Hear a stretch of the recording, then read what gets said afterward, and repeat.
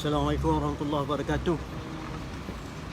Selamat datang dan selamat Hari Raya pada sahabat-sahabat saya yang sedang menanti ataupun yang sekarang sedang melihat di live cakapan saya ini. Pada hari yang cuti ini, sambil berehat ini, saja secara rambang saya akan bercakap sedikit dalam tajuk iaitu 4 ciri critical skill kepimpinan untuk mereka yang bukan pemimpin. Maksudnya pimpinan daripada bawahan, sama ada kita sebagai seorang pekerja, sebagai kita sebagai seorang yang ditugaskan menjalankan sesuatu tugas. Jadi sifat-sifat kepimpinan itu memang ada. Tetapi untuk mengenal pasti supaya apa yang kita laksanakan dia menonjolkan kepimpinan kita di peringkat yang mana kita tak perlu pun secara rasmi dilantik menjadi seorang pemimpin, tetapi kita berkemampuan menjalankan tugas, menjalankan dengan begitu sempurna sekali sehingga menyebabkan kita berkualiti, ya, seorang pekerja yang berkualiti. Sebelum saya mulakan di situ, saya ingin maklumkan bahawa I am a certified master developmental coach representing the whole Asia Pacific region. Dan bukan saja saya buat coaching, saya juga baru ni telah buat kita panggil impactful negotiation skill yang telah pun berjaya dijalankan, dan mungkin akan ada beberapa lagi siri-siri yang berbentuk negotiation skill. Yang kedua, sebelum saya bercakap ni, saya menggalakkanlah ada sahabat-sahabat saya di luar sana. Saya tahu yang dah nampak mula masuk ni Cik Badrul Munir, sastrawan yang berada di utara, dan Yati, dan Dr. Syed yang berada di Kedah, dan juga Jambu Endu, I think daripada Sabah, Sarawak. Dan tadi saya melihat Datuk Dayang daripada Sabah pun akan masuk, dan ramai akan masuk pagi ni. Jadi saya mendapat permintaan bila lagi nak mula Facebook ni, maka di sinilah maka saya mulakan secara live. Jadi kebanyakan yang pernah mengikuti kelas saya dulu, mungkin tuan-tuan akan merasa bahawa sesuatu yang tuan-tuan lalui ini ialah telah menjadi pun satu kebiasaan, ya. Satu kebiasaan, jadi tentulah you berasa comfortable. Walau bagaimanapun saya cakap di sini ialah dengan tujuan kita sharing, alright? Sharing. Jadi saya menggalakkan kepada tuan-tuan dan puan-puan untuk straight away share Facebook live ini supaya kawan-kawan kita yang dulunya tak berpeluang mendengar, hari ini dapat mendengar live. Walaupun Waalaikumsalam kepada Dr. Syed. Walaupun sebelum ni mungkin ada yang terlepas pandang waktu dan sebagainya. Yang kedua, saya welcome mana-mana komen dan sebagainya.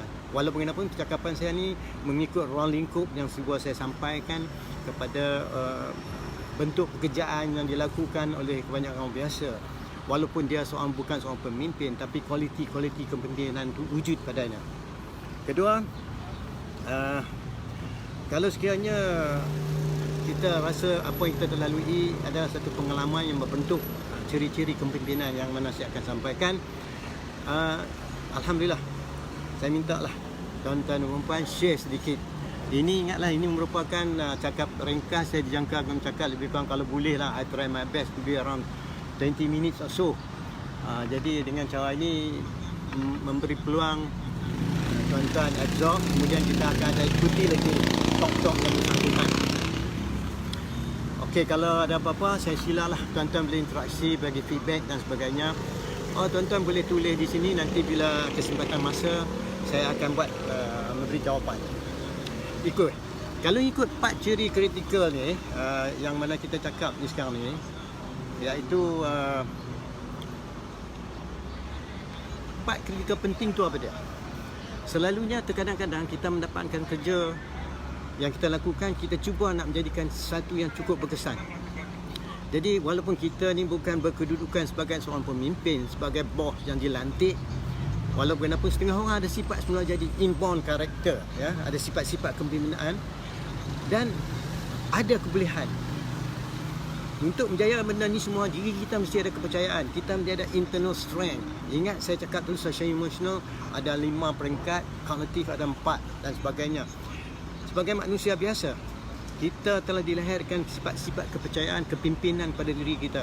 Pertama sekali, kita mesti membina kepercayaan, keyakinan diri, trust, bahawa skill hubung kait antara kita dengan orang ramai, interpersonal, adalah terbaik.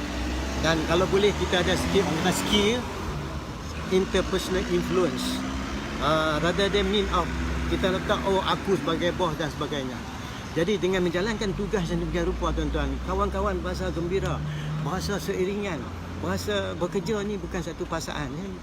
Sebab tu dia kata first home, second home. Kadang-kadang tempat kerja tu dia jadi macam second home. Jadi bertolak dari situlah sifat-sifat yang kita sebut ini tadi memang ada. Cuma sama ada kita nak fokus, nak keluarkan sifat-sifat itu atau tidak, tertakluk pada diri kita. Sebab tu kadang-kadang dia memanggil coach untuk membantu. Coach ni bukan apa, pandai bercakap, membantu kita lebih berjaya. Dan coach tidak akan bagi jawalan. Okey, yang pertama sekali untuk kita menjayakan sebagai pekerja yang berkesan dan ada critical quality sebagai kepimpinan, ciri pertama iaitu ciri kritikal ialah attitude, sifat kita, our own behaviour. Kadang-kadang cara pembawaan kita tu perlu juga kita ambil kira. Kadang-kadang cara kita bercakap boleh berkesan pada orang lain. Ingat dulu saya bercakap, you are responsible to what you say. Allah kata kamu dipertanggungjawabkan dengan apa yang kamu katakan. Jadi dari sinilah saya bawa balik penerangan. Apabila kita buat sesuatu, kita kenalah memilih sesuatu, mencipta ayat dengan elok dan sempurna. Kita tak payahlah tinggi bahasa tinggi-tinggi. Bahasa kampung pun cukup. Tetapi selagi kita cakap itu diterima tanpa menyakiti, cukuplah memadai. Sebab perkataan kita akan beri impact. Impact pada alam sekeliling. Impact pekerja sekeliling kita. Impact kepada keluarga kita. Impact kepada orang-orang bawahan kita. Oleh itu, apa kita buat cakap sesuatu, kita mestilah mencari sesuatu yang terbaik. Kadang-kadang orang pandai bercakap, tuan-tuan, tanpa dia mengarah. Cara dia bercakap, tindakan boleh diambil oleh seseorang tanpa disuruh. Bukankah hebat seorang pemimpin sedemikian? Terdapat pula kepimpinan di kampung-kampung pun. Walaupun di pekerja-pekerja bawahan kita memang ada, tuan-tuan, kualiti-kualiti itu. Jadi kita sebagai bos kena membimbing lagi. Yang kedua, sifat ini diperlukan. Terutama sekali kalau projek yang kita buat tu not going very well. It's not doing very well. Projek ni kita kata dia macam mengalami sedikit masalah, ataupun sesuatu yang kita dijangkakan berlaku mengikut yang dijangkakan tidak berlaku. Maka di sinilah terletaknya sifat-sifat kepimpinan yang saya sebut tadi. Yang kedua, seseorang tu kalau bolehnya apabila dia buat project management. Ini menyentuh tentang project management. Banyaklah kita kerja, ada kita project dan sebagainya. Sebab kalau mengikut Roger Martin, iaitu seorang penulis di Harvard Business Review, dia ada tulis dalam buku dia, artikel Rethinking the Design, the Decision Factory. Dia kata macam mana nak berfikir untuk kita nak mempertingkatkan sesuatu keputusan di dalam penggalangan.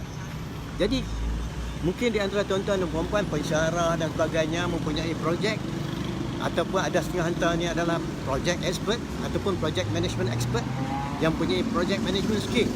Perlu mengambil pertimbangan dua benda ni.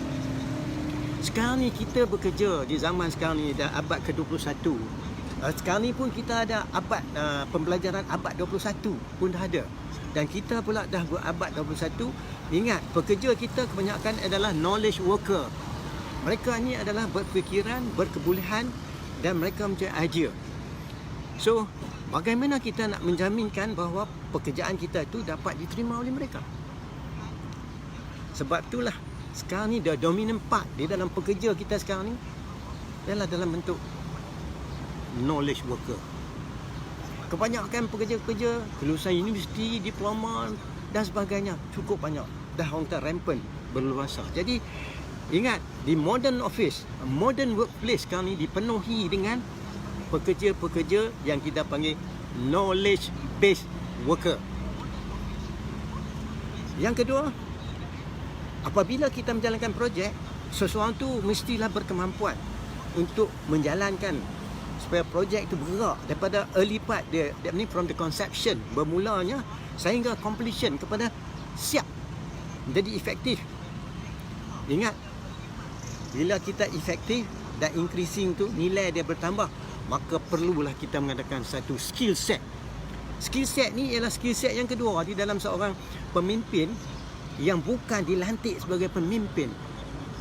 Saya bagi misalan, walaupun setengah daripada orang bawah kita mempunyai sifat-sifat ciri-ciri kepimpinan, boleh mengurus tuan-tuan dan puan-puan di peringkat dia. Ini memudahkan lagi kepada bos. Ya, jadi dua konsep tadi, dua sifat tadi dah kita terangkan. Satu attitude, sifat yang mesti ada dalamannya, berkebolehan. Walaupun kerja tu tak berjalan dengan elok, tapi dia masih lagi solution focus. Dia menuju kepada solution. Solution focus tu membina pula lagi jambatan.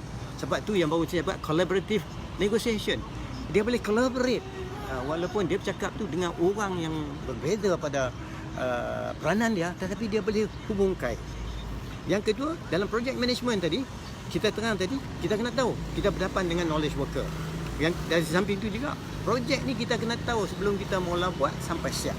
Itu skill set, salah satu, dua daripada 4 ciri kritikal kepimpinan. Okey, tolong maklum sikit kalau tempat tuan-tuan suara tak jelas kan sebenarnya, sila maklum kat saya. Kalau jelas pun tolong maklumkan. Bila maklumkan, tolong nyatakan juga tuan-tuan dan puan-puan ni berada di mana. Okey, jadi saya boleh tahu. Di samping tu, kalau tuan-tuan rasa this is useful to you, please share. Share is now, because saya dapat juga baru ni saya cakap selepas saya buat talk, mungkin mata tu 10-15 orang juga yang mendengar. Tetapi setelah dia share, saya tengok ada 300-400 orang sudah dapat melihat. Bukankah ini suatu kebaikan? Kita sambungkan tali silaturahim. Mudah-mudahan lagi knowledge kita lagi berkembang. Ciri ketiga, kalau satu attitude, kedua kita ada sikit project element skill, yang mana nanti saya akan terang balik tiap-tiap satu skill ni lebih detail. Ciri yang ketiga ialah group and meeting facilitation.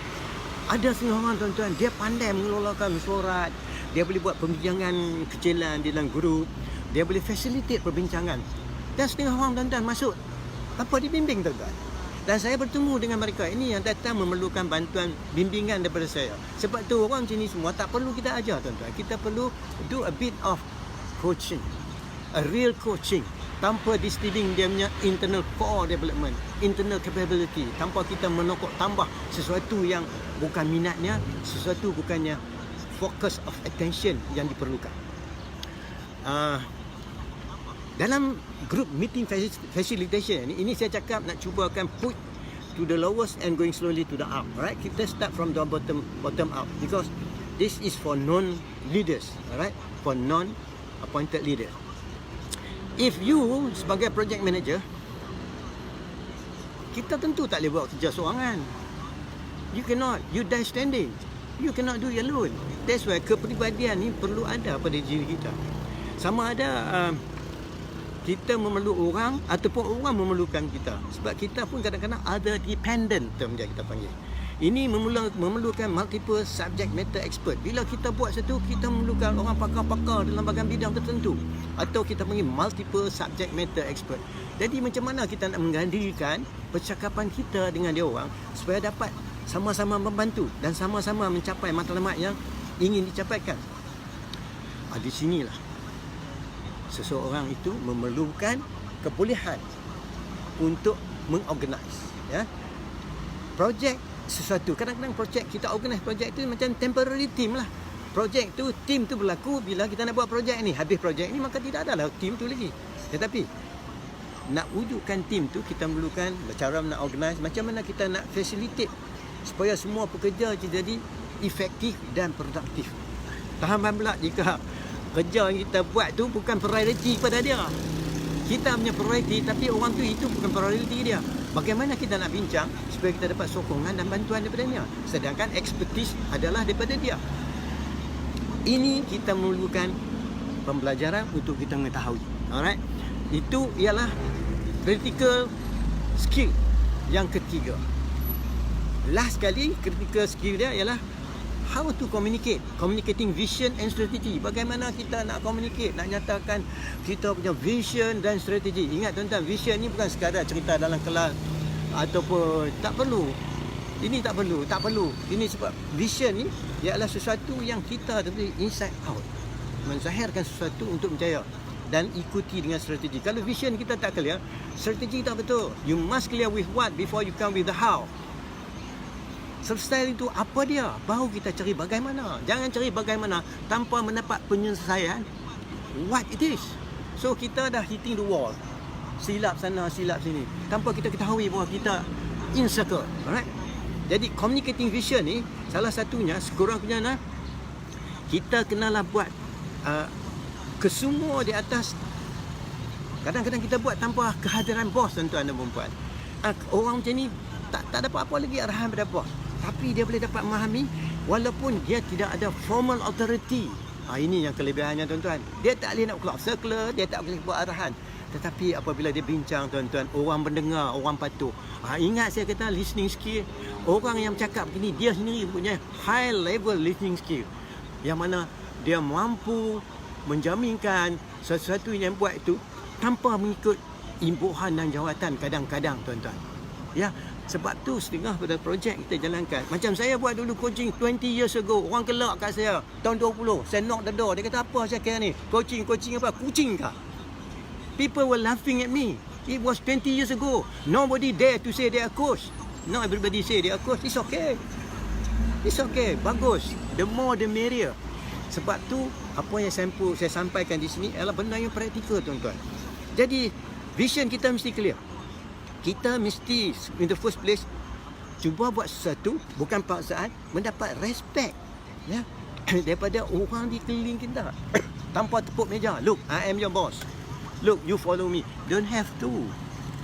Kadang-kadang orang suka bekerjasama dengan dia. Saya bagi misalan. Ada seorang tu, dia dapat projek, senang dia dapat modal. Semua orang suka nak join dengan dia. Semua orang tertarik nak buat investment dengan dia. Now he's a millionaire, earning over 200 million a year. Jadi tak payah. Tak payah kita nak kira kita siapa. Selagi kita honest to ourselves and then we honest to others. Honesty that count. Apabila kita mendapat kepercayaan dan respect, tuan-tuan dan perempuan, tak payahlah, tuan-tuan. Perempuan, tuan-tuan dan perempuan, kalau orang tengok kita, orang jumpa, orang minat nak berserang. Ni setengah orang kita nak cakap pun orang lari. Tak ada nak pergi cakap, orang lari. Orang tengok kita, orang lari. You better check what happened to us. Doesn't mean we are no good. No, I'm trying to talk, inilah at the lowest level leaders yang ada, yang berkemampuan. Tetapi tak necessarily bahawa dia orang ni akan menerima walaupun dia pergi ke atas. Tak, bagi dia orang sesuatu yang cukup memuaskan kepada mereka. Yang of course untuk dapat respect ni, kita mesti ada kualiti motivasi yang kuat dalam hati kita. Right, orang macam ni, tuan-tuan, there is no wall, tidak ada dinding pemisahan bila dia buat sesuatu. Banyak kawan-kawan saya jumpa sekarang ni, tuan-tuan, ramai kawan-kawan saya, tuan-tuan. Alhamdulillah, bukan saja mereka berjaya daripada keuangan, pangkat, tapi kesihatan mereka pun terjaga. Sebab tidak ada hasad dengki. Kesenangan, keselesaan. Sebab clear communication, cara dia bercakap, tak menyakiti orang. Dia boleh buat sesuatu daripada mula sampai taking the action. And then, most all the way, dia boleh selesai tanpa gangguan. Jadi, kalau tuan-tuan rasa, I remind again, please share with your friend. In case this is valuable, I will go into deeper again. Sebab kalau tuan-tuan rasa perlu, tuan-tuan beli cadangan, sambungan dan sebagainya. Kalau tidak, tak payah. Tapi kalau tuan-tuan perlukan, saya akan sambungkan. Dan tuan-tuan boleh tanya soalan yang mana saya akan bagi jawapan. Jangan bimbang dan ragu bahawa apa kita belajar ini untuk kepentingan bersama. Walau bagaimanapun, saya ada menulis buku Mudahnya Coaching dan Mentoring. Di dalam buku ni adalah teknik-teknik berkomunikasi untuk menjalankan projek. Ya, apa yang saya buat kebanyakan buat dari sini bukan saja daripada sudut coaching, tuan-tuan. No, ini komunikasi. Sebab salah satu sifat kita ialah hubungan kita manusia dengan manusia. Mungkin kita selesai kita hubungan dengan Allah, tapi hubungan kita dengan manusia, tuan-tuan, Allahu Akbar. Saya pun minta maaf juga. Kadang-kadang saya pun banyak kesilapan, banyak kelemahan, tapi saya ambil dah juga usaha dan sebagainya. Dan hasil daripada situ, ini buku tulisan anak saya. Alright, nama dia Agatha, si gadis Poland. He's now doing masters in Turkey. The question is, I never force them to do. I never force him to write. Mungkin dia melihat sesuatu yang dia rasa, that's how we want to share the knowledge, by writing a book. Jadi, maybe tuan-tuan dan perempuan di luar sana lebih hebat dari saya. Take a pen and write something, share your knowledge. Well, come with me, we build another book for you. A book written by leader who is non-leader. Alright. These are the skills that we are looking forward. Jadi kita ada lagi beberapa minit. Saya ucapkan selamat datang kepada Roslan Malik. Ini orang kuat marah ni dulu ni. Dan ni Radin Hatta. Ini orang PSMB, ya. PUMB. Ini orang usahawan semua. Banyak lagi yang saya lihat tadi.